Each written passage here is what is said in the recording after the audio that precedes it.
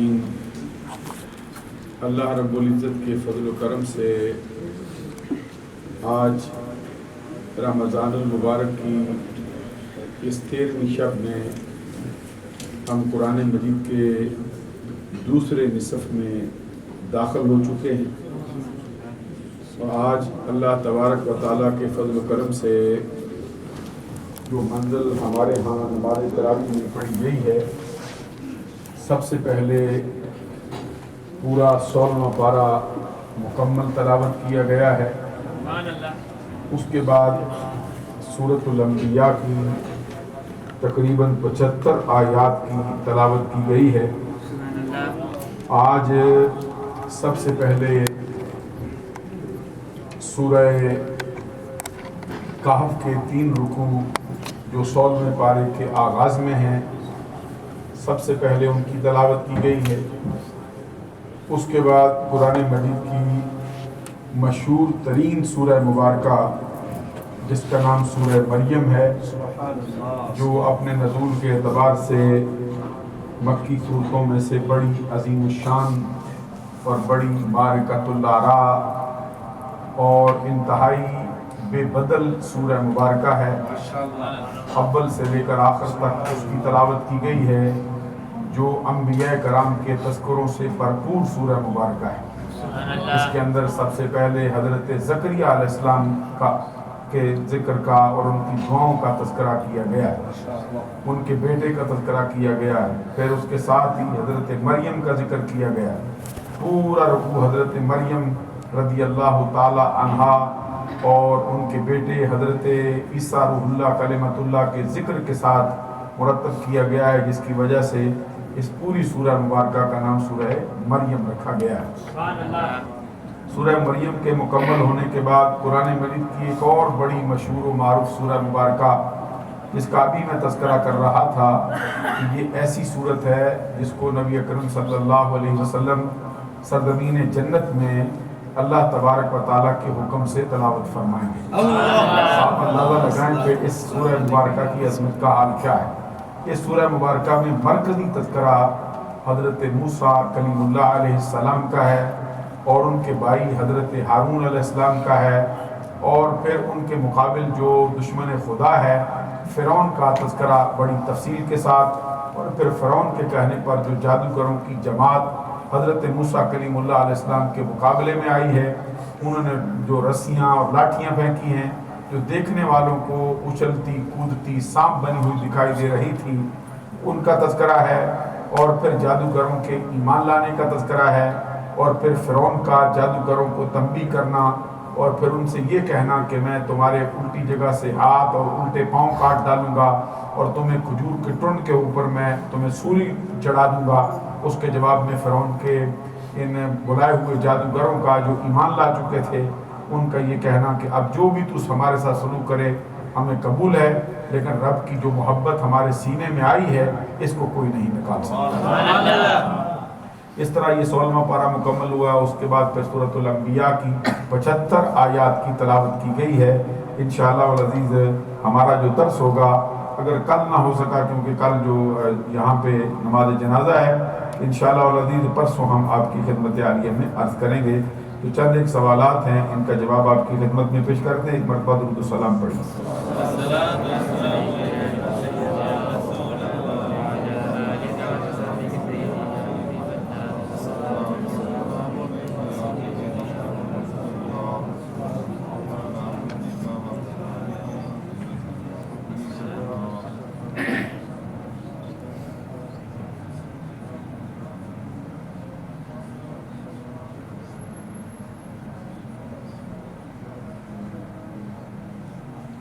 پہلا سوال یہ کیا گیا ہے شب برات کے موضوع سے کہ اس کے عنوان سے قرآن مجید کے اندر کوئی واضح حکم موجود نہیں ہے، اور بخاری میں اور صحیح مسلم کے اندر بھی اس پر کوئی حکم موجود نہیں، اور اس پر جو ہے یا حدیثیں بہت ضعیف ہیں یا موضوع ہیں، تو اس کے بارے میں ہمارا کیا جواب ہونا چاہیے؟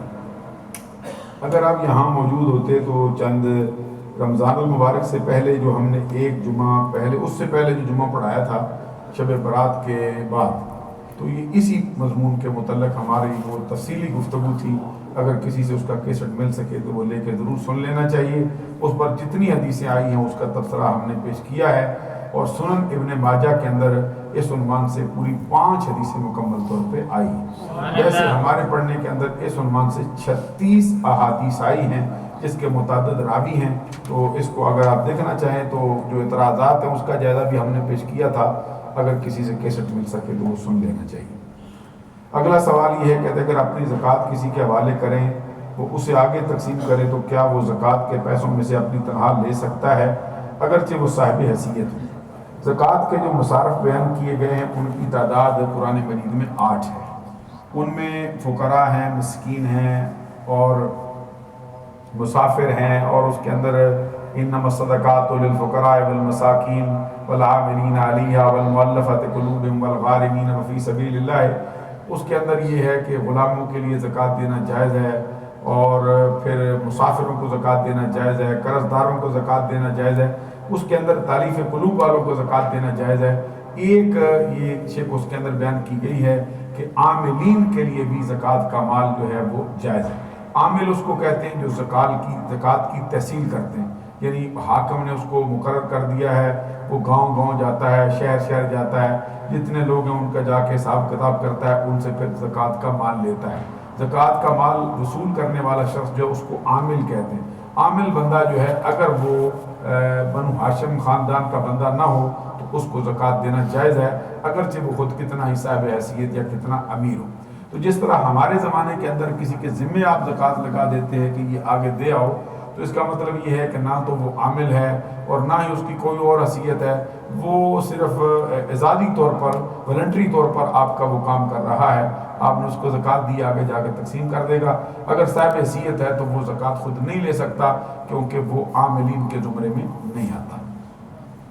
اگلا سوال یہ کیا گیا ہے کہ اگر کوئی شخص نماز پڑھ رہا ہو تو دوران نماز اس کی ہوا خارج ہو جائے اور نماز ٹوٹ جائے تو کیا وہ دوبارہ نیا وضو کر کے وہیں سے نماز شروع کر سکتا ہے جہاں سے اس کی نماز ٹوٹی تھی یا چھوڑ دی تھی اس نے؟ تو جو شخص جس کو حدث لاحق ہو جائے، یہ ہوا خارج ہونے کو ہماری اصطلاح کے اندر جو لفظ بولتے ہیں وہ کہتے ہیں حدث لاحق ہو گیا. کیا کہتے ہیں؟ یہ آپ کو بھی ذرا یہ الفاظ آ جائے تاکہ ذرا بہت اونچے درجے کی زبان آپ بولنے لگیں. حدث لاحق ہو جائے حالت نماز میں تو وہ شخص جو ہے وہ اپنی ناک پہ ہاتھ رکھ کے صفوں کے اندر چیرتا ہوا یا سائڈ سے نکل جائے تاکہ دوسروں کو بھی پتہ چل جائے کہ یہ بندہ ویسے نمازیوں کو تنگ نہیں کر رہا بلکہ اس کی نماز میں کوئی مسئلہ کھڑا ہو گیا ہے جس کی وجہ سے اب وضو بنانے کے لیے جا رہا ہے. تو اب اگر وہ سیدھا وضو خانے میں جاتا ہے، وضو کر کے واپس لوٹ آتا ہے، راستے میں کسی بندے سے کوئی کلام نہیں کرتا، کسی کام میں مشغول نہیں ہو جاتا، سگریٹ پینے نہیں لگ جاتا، جوتیاں سیدھی نہیں کرنے لگ جاتا، اگر وہ سیدھا گیا ہے، اس نے آ کے طہارت حاصل کی، طہارت حاصل کر کے سیدھا وہاں پہ آیا تو جس جگہ سے اس نے نماز چھوڑی تھی وہاں سے وہ نماز شروع کر سکتا ہے. ہاں یہ ہے کہ اگر البتہ درمیان میں جاتے آتے کسی سے سلام لے لیا، باتیں کرنے کے لیے کھڑا ہو گیا یا کوئی اور کاموں میں مشغول ہو گیا تو پھر وہ نماز کو نئے سرے سے شروع کرے گا.